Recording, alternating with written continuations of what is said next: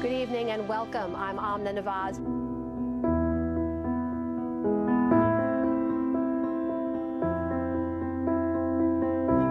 Let's go to Amna Nawaz and Lisa Desjardins.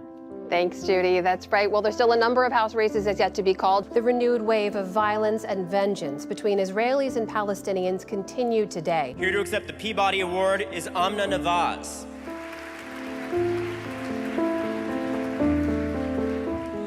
Millions of Americans across the country live in communities just like this, where the confluence of emissions from nearby industrial activity and major roadways means significantly higher levels of air pollution and greater health risk.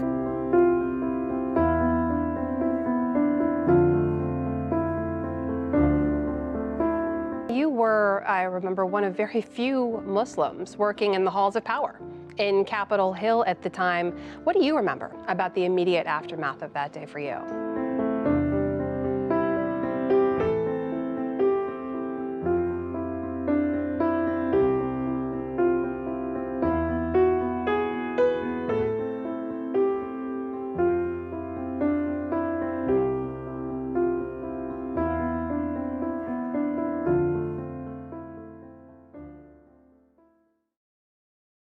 Good morning and welcome to Washington Post Live. I'm Arelis Hernández, a reporter at The Post. Today in our Race in America series, we're joined by Amna Nawaz, co-anchor of PBS's NewsHour. Welcome to Washington Post Live, Amna. Thank you so much for having me. It's such a pleasure. Let's go ahead and get started. It's been 3 months since you took over the anchor chair at NewsHour. What have you found to be the most surprising part of the job? Oh, that's a good question. I don't often get to sit down and think about the job. I'm just so busy doing the job. Nothing's really surprised me, to be honest. I think one of the best parts about stepping in at this moment, along with my co-anchor, Jeff Bennett, has just been that it's been an incredibly busy news cycle. And I don't have to tell you that. I mean, we have just been kind of hitting the ground running since day one. Our first week in the chairs was the round of House Speaker votes for Kevin McCarthy. And then we went right into coverage of the President's State of the Union address, of course, continuing coverage of the war in Ukraine. We've had a number of big events since then. It's just kind of been nonstop. I think, if anything, I'm probably surprised by how normal it all feels. This was not a job I ever set out to get when I began my career 20 years ago. It wasn't a job I ever saw someone like myself filling.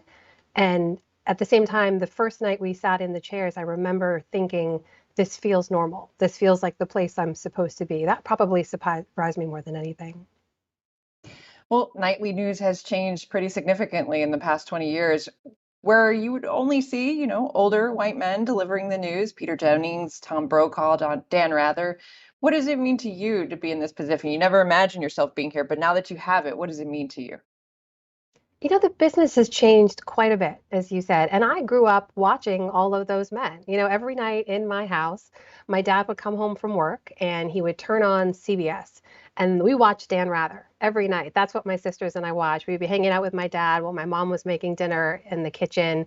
And that was our news diet, in addition to the newspapers we saw out on the kitchen table every morning. And those are the people I studied under. My very first job at ABC News Nightline was under Ted Koppel, who's one of the great journalists and anchors of all time. So that was the norm. And that was the definition to me of what it meant to be an anchor in America. Now, over the course of my career, that changed a lot. And where we are today is light years away from where we were when I started. So to me, even in this industry today, which has become much more crowded, much more messy, much more noisy, it feels like the anchor role today is even more important than ever, because you have to be that voice of credibility and authority in a landscape that's completely different to what it was 10 or 15 or 20 years ago. Now, as a first generation American, your family immigrated from Pakistan, and you talked about in the 19th news article that I read about you that you bring all of yourself to the job. How has your background and your personal history sort of shaped your view of the world? In every possible way. I mean, look, I grew up first generation American. We used to split the years growing up. So we spoke two languages in my house, English and Urdu, and we do the school year here in the United States. And then most summers, we would spend most of that summer in Pakistan. That's how I came to know my family there and our language and our culture and really feel at home in another part of the world. And we always traveled around a lot around those trips as well. So I, from a very young age, had this understanding of the world as something that extended way beyond what I could see every day. And I think my parents intentionally raised us to know that we were to be citizens of the world, right? And understand both the place that you hold in it, but also the many blessings and opportunities that you have to be growing up here in this country. And that absolutely informed a desire to get into journalism. You know, I never thought I would be a journalist. I kind of fell into it happenstance on a one-year fellowship that was supposed to be just stopover before I went to law school. And that was just a few weeks before 9/11, which changed my world and changed the entire world. But from there, you know, I realized that my worldview, the way that I had grown up viewing the world, was not the way that most people around me had grown up seeing it. And my experience, the way that I had experienced growing up in the United States, was not what most people around me had experienced. And I saw the value of being that voice in the newsroom, especially at that time. So it informed not only how I do the journalism, but also the kind of journalism I wanted to do. It's what led me to become a foreign correspondent for the years that I served overseas, which is not the usual path to the anchor seat. No, it's quite unusual. I want to harp in on that.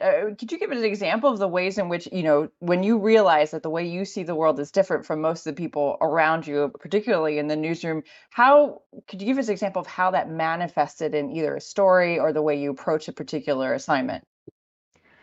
I think a lot about who gets to ask questions and what questions are asked. And I remember very distinctly early in my career, and folks who were covering news or consuming news back then will remember this because it was sort of a seminal moment. In the immediate aftermath of the 9/11 attacks, there was a prominent national magazine that came out with a cover story, and the title in big block letters across the cover was, "Why Do They Hate Us?" And it featured just a kind of a sea of angry brown male faces. And I remember thinking, that question went through several layers of people and decision making before it was agreed upon as the most important question to pose to the American and also the international public at that time. Why do they hate us? Who is the they in that sentence? Who is the us? And why hate?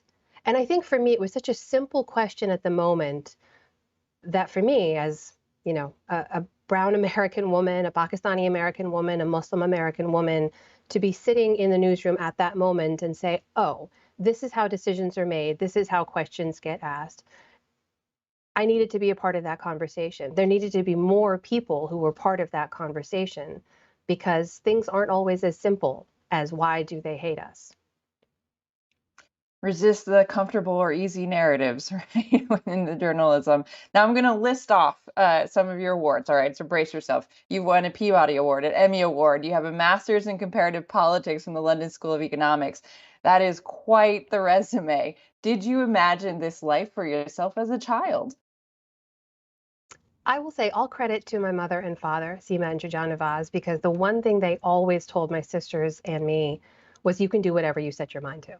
I mean, they raised us to be independent, free thinkers. There was never pressure to follow any one career path or do any one thing with your life or be any one way. They did impose on us this idea that you have to do some kind of work that makes a difference, though. We knew exactly how lucky we were to have all the opportunities that we had. Education was something that was incredibly important in my household. But my parents, they're just the best. I mean, I had the most loving, supportive parents who always told us to just dream big and follow your heart and then throw your whole self into what you do. And so while journalism wasn't necessarily the path, it wasn't the dream, once I got into it and I realized how much I loved it and I realized I was good at it, which is something I think a lot of women don't often say out loud, I just threw myself into it. And I think when you are the first person to show up and the last to leave, and you say yes a lot, and you're constantly looking for ways to challenge yourself, you're going to grow regardless of what you're doing. And I've been so, so lucky to have so many good bosses and mentors and teams along the way that have helped me to grow and to help me to be a better journalist. So, the awards are never about any one person. They're obviously a reflection of an entire team's effort. The degree was hard to earn, but I'm glad that I got it, my master's from the London School of Economics. But, those are not the things that stay with you over the years. They're really not. It's the people at the center of the story. It's the team you get to work with every day. I'm a firm believer in the idea that your life is made up of how you live your days. And I live my days doing work I love to do with people I adore and respect and admire. And what's better than that? Well, we'll give all due credit then to Mama and Papa for sowing the seeds, including, Uh, helping you to see the world differently. So this is, as a foreign correspondent, pivoting back to that experience and covering war and conflict and being the Islamabad bureau chief when you were at NBC. How do you think all of that experience, plus what Mama and Papa Nawaz put you through or showed you of the world, influences the way that you cover now U.S. politics? Oh, hugely, immensely. I mean, think about the years I was overseas. I started going often in the 2000s, and I was overseas intensely and almost full time between Pakistan and Afghanistan from like 2011 to 2014, 2015. I mean, think about what was happening in the US at that moment. And I think when you're overseas and you're in a completely different environment, you're viewing things from afar, right? And there's a bit of a distance, and the analysis that you can do with that is it's a little different than the newsrooms in the United States at the moment. So there was continuing coverage, of course, because we still had to have a U.S. troop presence in Afghanistan. There was also rising domestic extremism in Pakistan, and I was covering terrorism quite a bit on the ground there. But I also remember earlier being overseas. I was actually in Kabul, outside of Kabul, at the US base at Bagram, doing an entirely unrelated story to anything happening here in the United States, hanging out with soldiers and doing some stories on them. And I remember being there when the Sandy Hook shooting happened. And I remember it distinctly because, it obviously threw all of our plans into upheaval, and I was so far away, I wasn't in a position to go help and cover it. But I remember at the time thinking, my God, if that many children were killed here in an active war zone in a day, it would be earth shaking. It would just be a tectonic shift in how we viewed this war and this country and what's at stake and who's being impacted. And like a lot of people, I remember thinking at the time, well, that will surely have that kind of impact back home.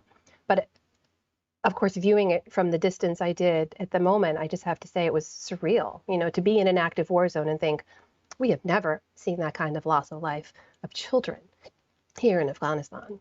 It was surreal, is the word. Mm. Wow. Wow. And I mean, from the coverage of that event, of that tragic event, did you see anything that stood out to you, or that you had a different thought about the way it was presented here in the US? No, I think I've now come to cover enough school shootings and mass shootings to know that this is a uniquely American problem, right? That will or won't have a uniquely American solution. And I think we can talk about that for a whole nother session if you want some time. But I will say, being overseas, I think, if anything, it just sort of deepened in me the conviction and the fact that there are often multiple sides, multiple complicated sides to every story. And the best we can do as journalists is not to make up our minds about these things, but to continue to be curious and to continue to learn. Because I was often confronted with the same story that was being viewed one way in the United States and a completely separate way on the ground in Afghanistan or Pakistan. The US drone strikes are a perfect example of that. Here in the United States, it was covered as a national security issue. It was covered as a secrecy issue because of the way it was being run, particularly under the Obama administration. We were talked about the numbers in a very kind of distant and vague and clinical way. But I got to go on the ground where those drone strikes were actually happening and talk to the parents who'd lost a child, or the family members who'd lost a loved one, or the people on the ground who now lived in fear and a constant state of PTSD because every time they heard that humming, or the drones flying above, the children would wake up and wonder if something was going to fall out of the sky. It was just the kind of detail and understanding to a story that wasn't necessarily making its way into the reporting back here in the United States. And so I worked to kind of close those gaps where I could. I'm going to take a point of personal privilege and deviate. I want to ask you a question about objectivity, because this also came up in a couple of interviews that I read in which you talked about how no group has a monopoly on objectivity. And there was an op-ed in the Washington Post from my former boss, Marty Barron, this weekend, sort of defending the idea of objectivity. What does it mean to you, given, the fact that you do bring your whole self into this job and, value the perspectives deeply that you bring, that how has shaped your work? What is objectivity, and what does it mean to you? I think if you ask 10 different journalists to define objectivity, you'd probably get 10 different definitions. I think that's the truth, because it's objectivity as defined by whom? For generations, objectivity was defined by the standard bearers in this industry. And those were mostly men, mostly white men, mostly older white men. That is a valid and credible viewpoint, but it is one valid and credible viewpoint. And I think one of the best things about journalism and what we've been able to achieve as an industry is that we have newsrooms that better reflect the public we are meant to be serving every day. And that will only make the work that we do better. So I say unapologetically that I bring my whole self to this work because my whole self is more than just the color of my skin or my faith or where I was raised or the languages I speak or the fact that I'm a Virgo or that I love college basketball or that I love color coding and organizing my file. Like all of these parts of me I bring to my work, as well as 20 years of journalism across this entire country, across the planet, talking to hundreds and hundreds and hundreds of people on the ground and producing and reporting thousands of stories. That is my whole self that I bring. And I will argue that any journalist who's come before me, regardless of their background and experience, has done the exact same thing. And what does that do? Well, that informs the kinds of stories that you think are interesting, the kinds of stories you want to pursue, the kinds of questions you think are worth asking, the sorts of people whose voices you think are worth elevating. And I think we've all seen over the generations of change in this industry, those decisions were being made by a very small and very homogenous group of people. Journalism is better today because that's no longer true. On that note, you've made it a point throughout your career to do stories and to highlight the stories of Asian Americans in this country. Explain to our audience, if you would, why that is so important. It's one of those aspects of my work that I take great pride in, which is to say there are important stories that will resonate with millions and millions of people who were meant to be serving that just weren't being told.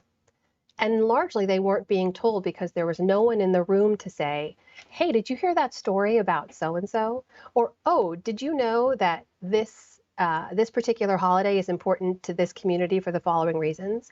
Or, hey, did you know that this group of people in this part of the country are facing these challenges? Again, it goes back to the circles of conversation and where you're getting your information. There's nothing more important to journalists than our sources. And our sources are more than just elected officials or people in positions of power. They're people who reside in the communities that we're meant to be serving. And so a lot of those voices and a lot of those stories just weren't trickling up into the conversations in national newsrooms necessarily. There have been, credit where credit's due, a number of regional and in-language newspapers and news organizations dedicated to covering these communities and getting their stories out for generations. But I would argue a lot of those stories deserve national attention, because those are the kinds of stories that can provide a window into communities that are maybe even right next door to yours you never knew about, or communities all the way across the country that are similar to yours in ways you never knew about. So I took a lot of pride. I had a lot of fun because I think these stories are great and interesting and necessary in elevating some of those voices and telling those stories to a bigger audience. Continuing with this theme of bringing our whole self into the job, you have two daughters. How do they influence your work? I mean, having kids changes everything. It does. It changes everything. It changes your world. It changes how you see your place in the world. It changes how you see your future. and their futures. I have, my husband Paul and I have two of the most amazing, magical, powerful, funny little people in the world. And they are that way because that's who they are. It's really nothing we've done. They just came out that way. And they are probably the thing that grounds me more than anything in the work that I do. I wear their initials around my neck, my husband and my girl's initials. I have their names on my wrist, and I got these because I was traveling quite a bit early in my work, and I was missing them a lot. And I got the tattoos, and I went to them and I said, look, now you guys are always with mommy wherever she goes. And that was at the end of 2019. And then the pandemic hit, and then we were all together all the time. And I joked, well, these were probably unnecessary. But they are just, they're my whole heart. I love them so dearly. I cry when I talk about them because I have so much love for them. And they're just, I do have certain kind of rules and tenets I go back to in my journalism. And one of them is that children are always innocent parties in all the stories that we cover and should be treated that way, right? That no child is ever to blame for decisions made by adults. And I view that, I think, largely because of the way I view how my children are navigating their path through this world, which is to say we're here to protect them, right? We're here to help them figure out who they want to be and who they're meant to be and nothing else. If you keep me going, I could talk about my girls for hours, so I'm going to stop there. Well, thank you for sharing that, though. I'm going to pivot back to a little bit to something you said earlier about the work that needs to be done about including more voices, more representative voices, more diverse voices in the newsroom. We've talked about the problem. We talked about how it enriches the journalism to have all these other voices. But how should newsrooms go about doing this and diversifying their newsrooms? Yeah, and I think we've seen some of the issues that come up with just the process itself, right? Look, institutions of power, and journalism I count as an institution of power, they don't change quickly.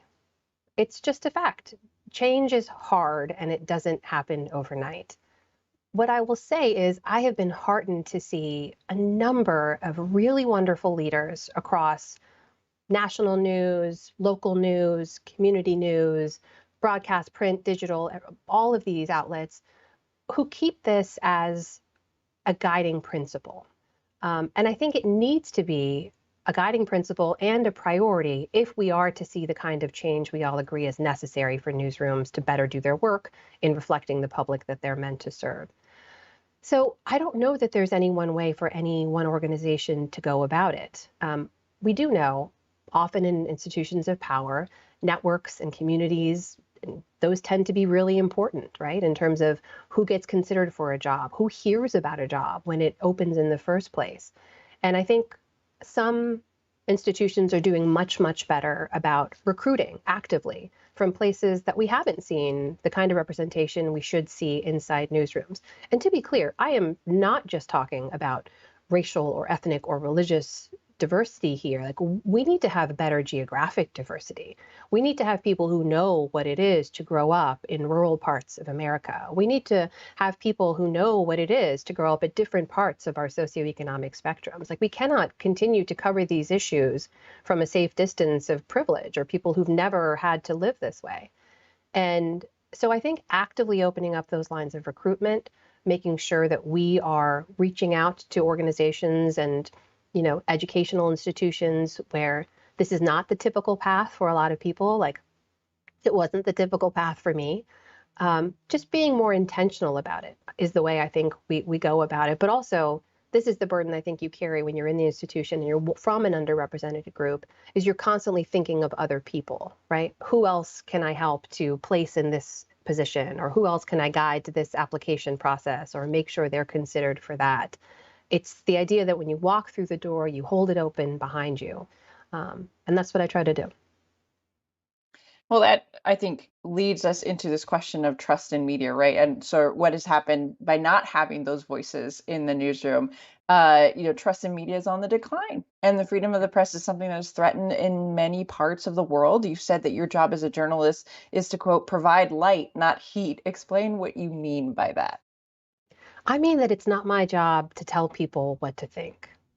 It's not. I know there are opinion journalists out there who do have that very specific role and responsibility. I am not one of them. I feel it's my job to make people want to think about these things, to want to think about complicated topics that may impact their lives day to day or that they've never come into contact with before.